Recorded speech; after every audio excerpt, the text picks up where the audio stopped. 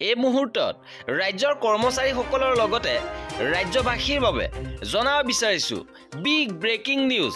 এবাৰ ৰাজ্যবাসীলৈ মুখ্যমন্ত্ৰী ডক্টৰ হিমন্ত বিশ্ব শৰ্মাই ফেচবুক লাইভৰ জৰিয়তে পুনৰ ৮টাকৈ ডাঙৰ ঘোষণা কৰিছে, যিসমূহ কৰ্মচাৰীসকলৰ লগতে সকলো জনসাধাৰণে জনাটো জৰুৰী।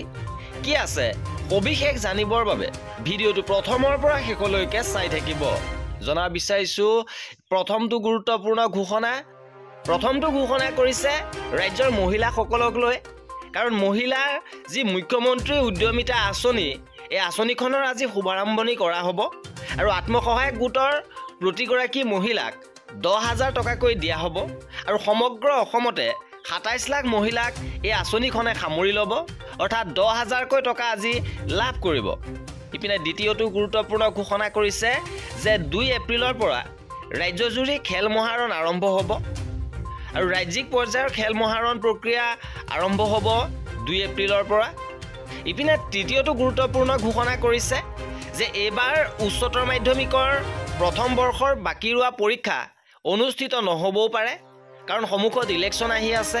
লগতে উচ্চতৰ মাধ্যমিকৰ দ্বিতীয় বৰ্ষৰ চূড়ান্ত পৰীক্ষাৰ বাবে এই ব্যৱস্থা গ্ৰহণ কৰা আশ্বাস মুখ্যমন্ত্ৰীৰ, আৰু একাদশ শ্ৰেণীৰ পৰীক্ষা অনুষ্ঠিত নহ'বও পাৰে।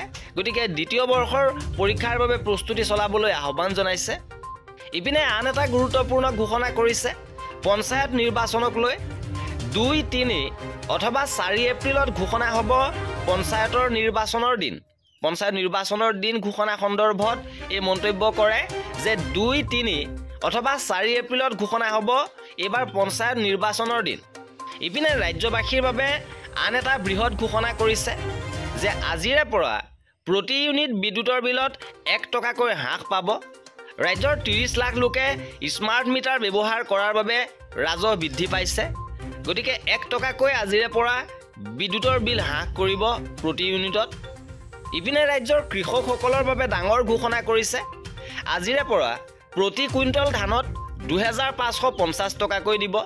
লগতে সৰিয়হৰ মূল্য প্ৰতি কুইণ্টলত 6,450 টকাকৈ দিব চৰকাৰে। গতিকে নিশ্চিতভাৱে ধান আৰু সৰিয়হত মূল্য বৃদ্ধি পাব। ইপিনে পৰীক্ষাৰ্থীসকলৰ বাবে এটা ডাঙৰ খবৰ দিছে যে নীট পৰীক্ষা এতিয়াৰে পৰা চৰকাৰী বিদ্যালয়তে অনুষ্ঠিত হ'ব। কোনো ব্যক্তিগত প্ৰতিষ্ঠানত অনুষ্ঠিত নহ'ব নীট পৰীক্ষা।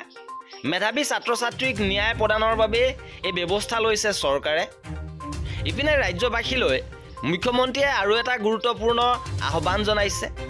1 এপ্ৰিল অৰ্থাৎ আজিৰে পৰা 15 জুলাইলৈকে মৎস্য চিকাৰ নকৰিবলৈ আহ্বান জনাইছে। ঘন জালেৰে মাছ নধৰিবলৈ মুখ্যমন্ত্ৰীয়ে আহ্বান জনাইছে। আৰু এই আছিলে ৰাজ্যবাসীলৈ মুখ্যমন্ত্ৰীৰ 8টাকৈ গুৰুত্বপূৰ্ণ ঘোষণা। আৰু এনেধৰণৰ খা খবৰৰ বাবে আমাৰ চেনেলটো ছাবস্ক্ৰাইব কৰি ৰাখিব। ভিডিঅ'টো শেষলৈকে চোৱাৰ বাবে বহুত ধন্যবাদ।